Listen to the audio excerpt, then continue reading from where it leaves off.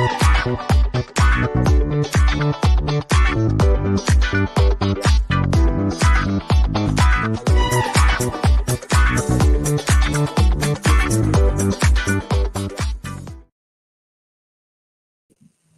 live lesson is it today? Well, it is Time Explorers today. Welcome to our very first week of this brand new term. And we are going to be doing 5 lessons all about the Great Fire of London. And this week, what we're going to be doing is we're going to be thinking about what London was like at the time of the Great Fire of London, how London is different today. And I'm going to be introducing you to this person on the front of my PowerPoint, which is Charles II. So we have Charles III at the moment on the throne, but this is Charles II. And he belongs to a period of the monarchy known as the Stuarts. And we are going to be looking at what life was like under Charles II. And we're going to be introducing the historical skill of interpretation. So that is an awful lot for us to do. So welcome for everybody who is joining us for the first time, and all the people that I know I can see jumping in on the chat. So hello to you, that people who are old timers who are often here. So welcome back, and let's get started. And we're going to start with playing a little game. So during the break last week, there were some of my friends, and they went to London and they took some selfies. But they took some selfies of some various landmarks, and those landmarks, their selfies weren't very good because their selfies, can you see, this is my friend Hedgehog, and the selfie is so far close to the camera, you can't quite see the landmark. You need to get your binoculars out. So I've got a little clue up there. This landmark has 4 faces and 8 hands, and you need to think, do you know this landmark in London? It's quite a famous landmark, because what we're starting off with is thinking about what London is like today.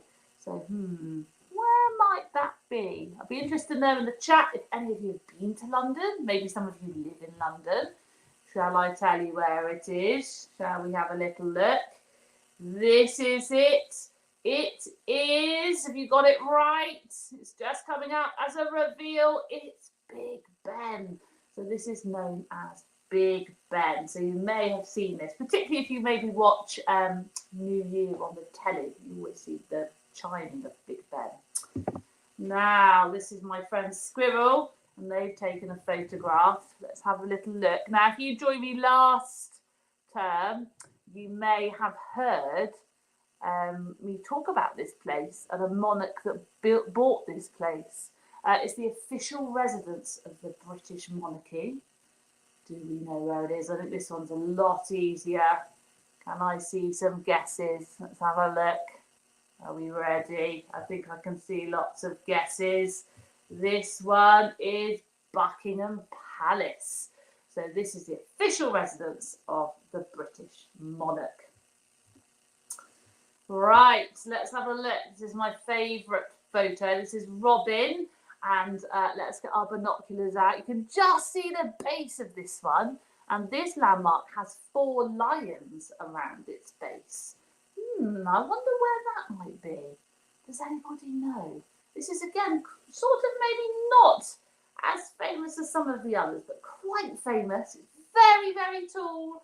You can see the Houses of Parliament and Big Ben in the background. Does anybody know where this is? Shall we do a reveal? Does this give it any clues? You have to have a look right at the top. Does anybody recognise who might be right at the top of this? Well, this is Nelson's Column. This is a memorial to Admiral Nelson. You can see him right on the top of this very, very tall column. Now, let's have a little look at this one. This is quite a famous one. Your grown-ups might recognise this one because it features in the opening credits of quite a big programme that's on TV at the moment. It opened in 2004. Does anybody know what this one's called? It looks quite modern, doesn't it? See lots of glass. This is it now. now, look. It's quite famous in the London landmark. It's known as the Gherkin. So this is the Gherkin. It's quite a modern building. So maybe some of you have been and seen that. So present day London. So London is the capital city of England. And what do you know about London? So you may have visited, you may live near London, you may have been to the London Eye, you may have been to the aquarium, you may have been to one of the museums. The museums are really, really good as well, aren't they? There is lots and lots of sites that make London an incredibly big city. And that's what we're going to start our story thinking about. We're going to think about what London looks like today before we go back in time as part of our Time Explorers. So I'm going to show you some modern day photographs of London. And I want you to think of, can you think of some interesting words to describe what London is like? Can you describe what its houses are like? Can you describe any of the other buildings? What do the roads and transport look like? What are the people? Is it very busy? Is it not busy? Is there anything else that you think you can see in the photographs that look interesting? You can have a chat about this at home as you go, so you don't need to write this one in the chat. But we're going to just set our scenes by thinking about what London is like today. So you might want to think of some really great describing words. So this is the very first one. So how would we describe this particular photo? How would you describe this modern day photo? Well, it does look quite busy, doesn't it? And it looks quite modern, doesn't it? So the bridge, it looks incredibly modern. And some of the buildings though at the back, that looks fairly modern.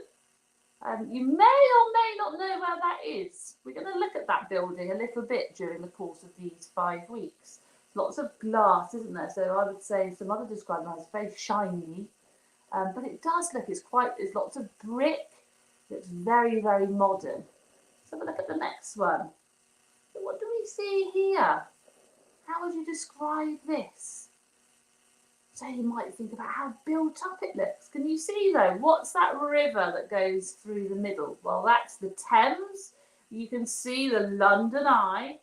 And if you were doing settlements with me last term, you can see there's lots of industry. So the words you might be using at home are things like industrial. And you can see some quite modern high-rise buildings as well, can't you? And it looks quite a mix, doesn't it? There's also quite a lot of green space too. What about this one? What do you think about this photo? How would you describe this photo? I think this photo looks very pretty actually, with all the beautiful lights and they're reflecting on the Thames. But it looks very modern, doesn't it? You can see all the lights, but that beautiful bridge as well. There's lots of lovely bridges that go across London. So I think it's it looks quite a modern city. You might be using the word cosmopolitan. But there's lots and lots and lots of different buildings of all shapes and sizes. What about this one? What does this look like? How would you describe this? What do you think this is? So these are lots and lots of houses. So these are flats, and you can see they're very, very tall. And again, these look quite modern, don't they? They look incredibly modern. And it looks like they're trying to make the best use of space, aren't they? We looked at this when we were looking at settlements and how cities cope with so many people living in them, and flats is one of them. Do you think it all looks modern though? Because when you look, you can see all those modern day pictures at the back. But when you look at the front, can you see? It's not all modern, is it? Can you see here? So this is not all modern. At the front, this is Greenwich. And this is Greenwich. And it's quite famous. There's quite a few things to see down in this part of Greenwich. It became quite famous because lots of these areas were used for the Olympics in 2012. But not all areas of London are modern. And the thing about London is it is really evolved. And that's why I thought it would be good to do the Great Fire of London, because we started to look at the evolution of cities last term. And if you weren't here, you can check out those lessons on catch up. But these buildings at the front, these are buildings that were around in the time of Charles II. So not all areas, not all buildings are completely modern. So London has seen quite a lot of changes. World War II and the Blitz caused an awful lot of changes. But one of if you go all the way back to kind of the times of the Romans, London saw an awful lot of changes as well.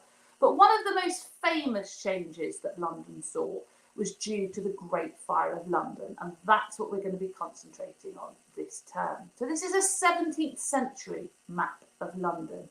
And you can see that it's very, very, very built up, but also it's quite small, isn't it? So it's quite a small area. It's nowhere near as big as London today. But this is a 17th century map of London. So this is where we're going to get our time machines and we're going to go back in time to an era kind of known as the Stuarts. And this is the era of the Stuarts, and the Great Fire of London was 1666. So I'm going to just pause now and say, do you know anything about this era of time? Do you maybe know who was on the throne before Charles II? Do you maybe know anything that happened around 1666 that's not only about the Great Fire of London? So I'm going to pause talking now, and you can have a little chat at home with your grown-ups, or you could, if your grown-ups say it's okay, you could maybe have a little look on the internet for something about London or England or Britain in 1666, or you might have a book you could go and look at. But I'm going to pause now for around about 30 seconds. You can write some ideas in the chat. You can chat about it at home. You can have a little think. But do you know anything about 1666? So have a little explore, or have a little think, or a chat.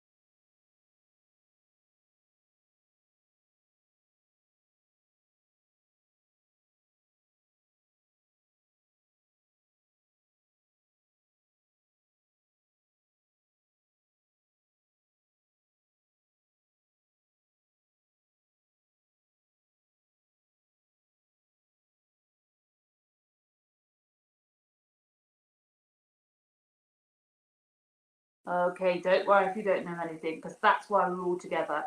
But you may have come up with, well done to people who have worked out that this was also the time of the plague, the Great Plague. You might have come up with that as an idea.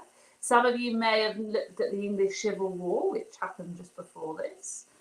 Some of you might know lots of things about the Great Fire of London.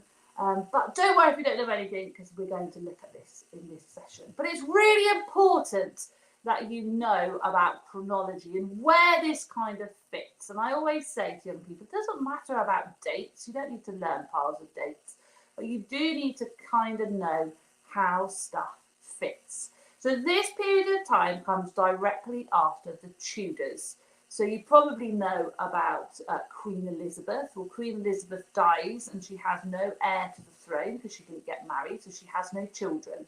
And what happens is her cousin becomes the King of England. So he was already the King of Scotland, but he becomes the King of England. So in 1603, James I becomes the King of England. And this is the very start of the Stuarts. And sometimes in history books, they're lumped together and they're known as the Tudors and the Stuarts. Now, you might think, well, I've never heard of James I, but probably what you definitely have heard about is the Gunpowder Plot in 1605, where that's what we celebrate Bonfire Night. a firework night. So if you've never heard of James I, it's around about the time of the Gunpowder Plot. And it's also roughly around of the time of Shakespeare. So I know some of you do look at some of the Shakespearean plays. So it's around about the same sort of time as Shakespeare as well. So that's chronologically the time we're talking about. Now in 1625, Charles I becomes king. And some of you, I think, have looked at the Civil War, because what happens is that this period of time is known as the English Civil War. Charles I isn't particularly a very good king, and people start to get a bit fed up that the king is ruling without consulting Parliament and the people. And so we have a civil war and we overthrow the monarchy, and Charles I gets his head chopped off. And we end up with somebody called Oliver Cromwell. It's the only time in the history of Britain where where England has been a republic. So we haven't had a monarchy. So we have Oliver Cromwell, and he is the overall ruler, and he rules with Parliament. And then he dies, and his son is really rubbish. And in 1660, we have something known as the Restoration. And if you restore something, it means you bring something back. So if you restore an old chair, you make the chair look nice again. And so we know it as the Restoration, because we bring back, we restore the monarchy. And King Charles II becomes the King of England. And this is the period of time when the Great Fire of London is. It's also the time of the Great Plague. So in 1665, we have the Great Plague, and we're going to look at that. And 1666 is obviously the Great Fire of London. So when we're thinking about chronologically where this fits in, as I've said, you don't need to know anything at all about dates, but this is roughly the period of time that we're talking about. Now, Charles II is known as the Merry Monarch.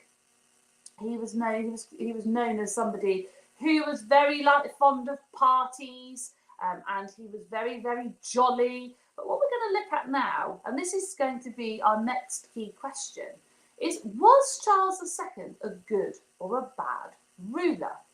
And so we're going to think, yes, there's some evidence to suggest maybe he was, or no, I think that he was a bad king. So we're either going to come up with the idea that yes, he was a good king, or no, he was a bad king.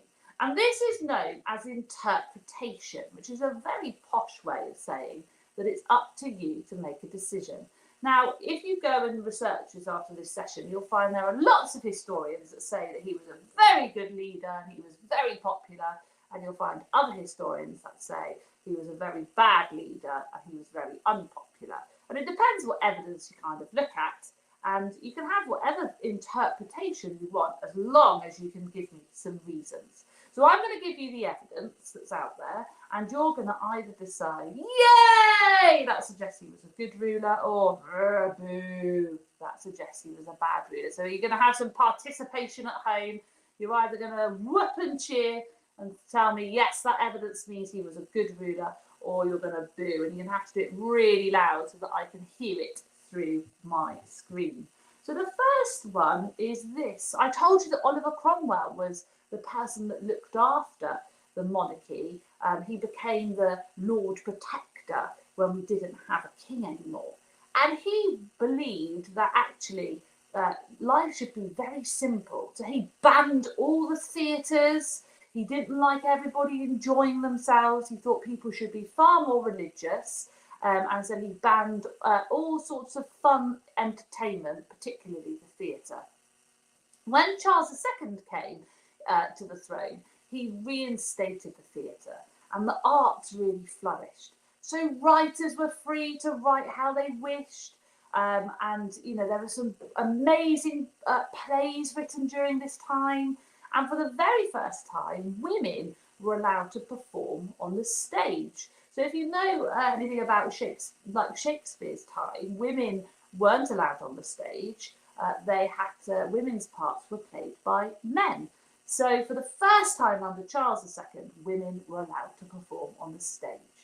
So do we think that's woo and give you a Mexican wave, or do we think that's boo? He was a really bad leader. What do you think? What do you think? Should we do it? I shall count to. Shall I go 3, 2, 1, go? And I want to see if you're going to go woo or boo. Are we ready? 3, 2, 1.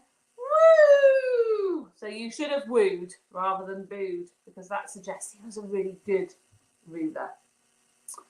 Right, the next one. Many people disliked Charles II because they said he had loose morals. He spent far too much time partying, and he had 16 children with 8 different women, all whilst he was married to the Queen. So lots of people said actually he wasn't particularly a pleasant man, because he had very, very loose morals. So do we think too much time partying rather than running the country? So do we think that's going to be a woo, or do we think that's going to be a boo? Are we ready? 3, 2, 1. Boo. So you should be booing, because that suggests that he was a bad ruler. Right, the next one. Charles II was passionate about science. He employed the first royal astronomer. He set up the Royal Society. I'm trying to say that, the Royal Society, to research and develop learning about the world. And this was the sort of time that Newton developed his theory of gravity. So if you did forces with me last term, you would have known we would learn all about Newton. So this is a time where science has a real rebirth. Charles II is really passionate about it. He really develops this idea of astronomy. And as I said, the Royal Society is set up to encourage people and scientists to research and learn about the world. So do we think it's a woo, or do we think it's a boo? Are we ready? 3, 2, 1. Woo! So you should be wooing. I hope you are wooing. Right, the next one. When Charles II died, England was at peace. So there were lots of countries in Europe, and there were lots of countries who were fighting with each other. But when Charles II died, England was at peace. And if you compare that to other monarchs, like, for example, Henry VIII, when we spent so much time at war, we were at peace. We weren't at war with anybody. And also, the country was in quite a positive financial situation. So sometimes you read, oh, he was really bad with money and he spent too much time partying. But actually, the country was in a fairly good financial situation. So do we think that's a woo, or do we think that's a boo? So I'm going to count you down from 3 to 0. Are we ready? 3, 2, 1, 0. Woo! Yeah, you should all be wooing. You need to be doing it nice and loud and try and wake up my doggies who are asleep down here.